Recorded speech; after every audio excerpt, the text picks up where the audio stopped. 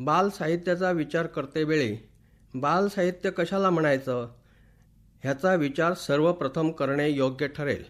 बालसाहित्याची सर्वसाधारण व्याख्या म्हणजे बालकासाठी लिहिलेलं, बालकांना आवडेल असं साहित्य म्हणजे बालसाहित्य. बालवयातील मुलांच्या बुद्धीला पचेल आणि त्यांना वाचनाची सवय लावेल, आवड निर्माण करेल ते बालसाहित्य. साहित्य अकादमीचा बालसाहित्य पुरस्कार प्राप्त लेखक अनिल अवचट यांनी बालसाहित्याची व्याख्या केली ती अशी: जे साहित्य बालकांना वाचायला आवडेल, जे साहित्य मुले आवडीने वाचतील, पाहतील, ज्याच्यावर बालकाच्या उड्या पडतील ते बालसाहित्य. पाश्चिमात्य देशात 18व्या शतकात ह्या साहित्य प्रकाराचा विचार सुरू झाला, तर भारतात 19व्या शतकात बालसाहित्याचा विचार व्हायला लागला. 20व्या शतकात बालसाहित्याला नवी दिशा मिळाली. दुसऱ्या महायुद्धानंतर मुलासाठी स्वतंत्र लेखन हा विचार झाला. बालमानसशास्त्र, बालविकासाचे टप्पे, बालकाच्या आकलन शक्तीच्या कक्षा ह्या गोष्टींचा विचार बालसाहित्याच्या निर्मितीत व्हायला हवा असा मतप्रवाह सुरू झाला. बालसाहित्य हा एकूण साहित्याचा एक भाग. मुलांच्या भावना, भाषा, विचार ह्या प्रौढाहून वेगळ्या असतात. त्यामुळे आशय आणि अभिव्यक्ती ह्यांचे स्वरूपही वेगळं. म्हणूनच अद्भुतता, विनोद, सोपी भाषा आणि शब्दमाधुर्य हे गुण बालसाहित्यात असायला हवेत. त्याचबरोबर मनोरंजन, उद्बोधन तसेच बालकाच्या सूक्ष्म जिज्ञासेचे व बुद्धीचे समाधान ह्या गोष्टीचा विचार बालसाहित्यात व्हायला हवा. बालसाहित्य हे साधारणतः चित्रे, कथा, कविता ह्या प्रकारात निर्माण केलं जातं. बालसाहित्याची सुरुवात कथन पद्धतीतून झाली. लोककथा, परंपरेतून आलेली बडबड गीतं, पक्षी, चंद्र ह्यांची गाणी हा बालसाहित्याचा पाया मानला जातो. पुढे भारतात मुद्रणकला अस्तित्वात आली आणि मग पाठ्यपुस्तकं, साप्ताहिकं, मासिकं ह्या प्रकारातून बालसाहित्याची निर्मिती स्वतंत्रपणे व्हायला लागली. हिसाबनीती, बोधकथा, पंचतंत्र, रामायण, महाभारत ह्यातून बालसाहित्याची निवड व्हायला लागली. बालसाहित्याचा विचार करताना साधारणतः 3 वयोगटातील मुलांचा विचार करावा लागतो. शिशु गट म्हणजे 4 ते 8 वर्षे, बालगट 8 ते 12 वर्षे व कुमार गट 12 ते 16 वर्षे. पहिल्या गटासाठी अक्षर ओळख कमी असल्यानं चित्रांचा उपयोग तसेच सोपी भाषा, लहान वाक्य, नाद, लय ह्यावर अधिक भर, भोवतालचं व परिचित प्राणी ह्यावर आधारित सचित्र, तर दुसऱ्या गटासाठी अद्भुत साहित्य म्हणजे परिकथा, राक्षसकथा, लोककथा हे साहित्य. कुमार गटासाठी साहस, शौर्य कथा, निसर्गकथा, ऐतिहासिक प्रसंग, लढाया ह्यावर आधारित साहित्य योग्य ठरेल. बालसाहित्य ह्या प्रकारातील साहित्य निर्मिती हे काहीसे कठीण काम आहे असं मानलं जातं. कारण लेखक व वाचक ह्यांचे वय, अनुभव, शब्दसंपत्ती, भाषा, अभिरुची या सर्व गोष्टीत फार मोठे अंतर असतं हे निर्विवाद. शिवाय साहित्य निर्माण करणाऱ्या प्रौढ व्यक्तीला बालकाच्या अनुभवविश्वाच्या पातळीवर येऊन लेखन करणं गरजेचं असतं. थोडक्यात मुलांच्या भाषेत सांगणे काहीसे कठीण. केवळ सोपी भाषा हा एकच घटक लक्षात घेऊन चालत नाही, तर मुलांना समजेल, रुचेल, आवडेल व पचेल असंच लिहावं लागतं. ही गोष्ट सर्वांनाच जमेल असं म्हणता येणार नाही. मुलांची आवड लक्षात घेऊन बालमनावर सुसंस्कार होतील असे संस्कारक्षम, बोधप्रद बालसाहित्य निर्मिती होणे गरजेचं असतं. बालसाहित्य निर्माण करताना वास्तवता हे मूल्य जोपासले गेले पाहिजे. आजचे युग हे विज्ञान युग आहे. आज बालकांना ज्ञानप्राप्तीची, मनोरंजनाची अनेक साधने सहजपणे उपलब्ध आहेत. त्याबरोबर मुलांच्या कल्पनाशक्तीला भरपूर वाव मिळण्याची साधने आज उपलब्ध आहेत. मुलांचे अनुभवविश्व व जाणीवा ह्यात दिवसेंदिवस भर पडत आहे. या बदलत्या परिस्थितीला, वातावरणाला पूरक ठरेल अशा बालसाहित्याची निर्मिती ही आजची गरज आहे. आजचा बालक हा कल्पक आहे. त्याची कल्पनाशक्तीची व्याप्ती फारच व्यापक आहे. म्हणून त्याच्या कल्पनाशक्तीला पूरक ठरेल अशा बालसाहित्याची आज गरज आहे. दुसरा विचार करावा लागेल तो बालसाहित्याच्या विषयाचा. बालकांचे पूर्वीचे वातावरण व आजचे वातावरण यात फार मोठा फरक आहे.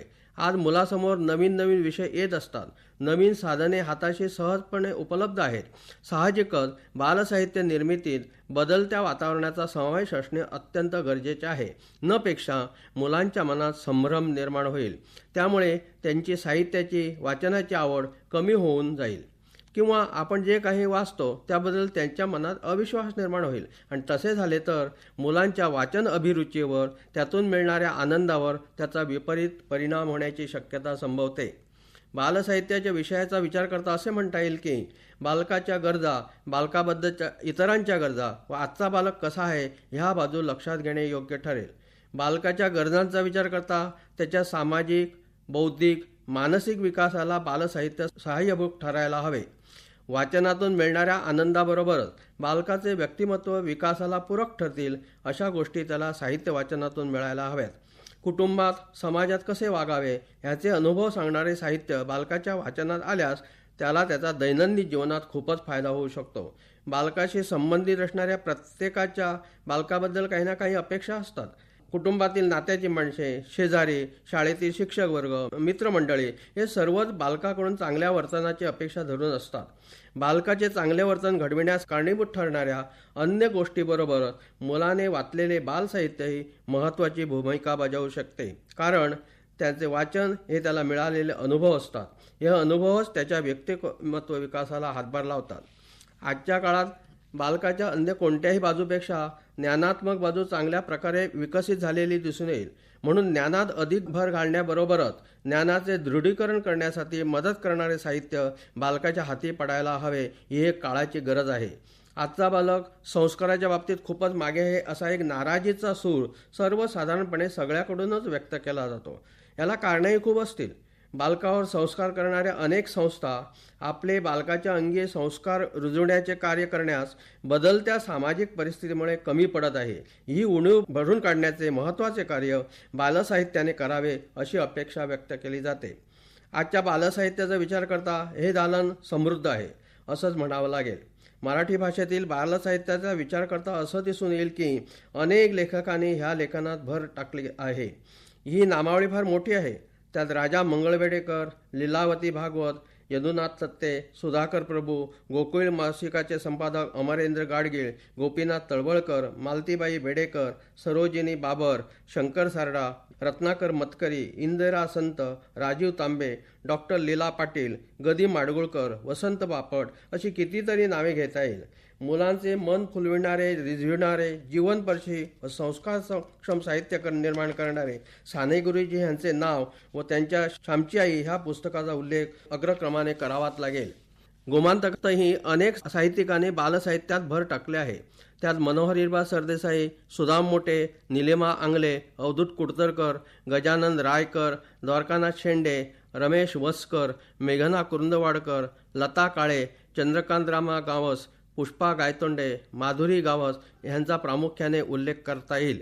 महाराष्ट्र राज्य पाठ्यपुस्तक मंडळाने नामवंत साहित्यिकांनी मुलासाठी लिहिलेल्या विविध प्रकारच्या साहित्याचे निवडक किशोरचे 10 अंक प्रकाशित केले आहेत. त्यातील गंमत गाणी हा बालकवितांचा खंड अतिशय महत्त्वपूर्ण व वाचनीय असा आहे. या खंडात महाराष्ट्रातील नामवंत कवीच्या बालकविता समाविष्ट केल्या आहेत. त्यात विंदा करंदीकर, कुसुमाग्रज, शांता शेळके, मंगेश पाडगावकर, ग. पाटील, शंकर वैद्य, वृंदा लिमये अशा अनेक दिग्गज कवी कवयित्रींचा कवितांचा समावेश आहे. किशोर मासिकाचा दीर्घकालीन वाङ्मयीन प्रवास बालवाचकासाठी एक पर्वणीत ठरला आहे. बालकथा खंडातील कथामधून रंजकता, ज्ञान आणि सुसंस्कार यावर चांगलाच भर देण्यात आला आहे. एकंदरीत विचार करता बालसाहित्याची निर्मिती ही एक काळाची गरज आहे. आज अनेक कारणास्तव वाचन संस्कृती लोप पावत आहे. समृद्ध बालसाहित्यावर आधारित विविध उपक्रम व त्यातून मुलामध्ये विकसित होणारी वाचनाची आवड ह्या गोष्टीची वाचन संस्कृती पुन्हा एकदा प्रस्थापित करण्यास अत्यंत आवश्यकता आहे असे म्हणणे चूक ठरणार नाही.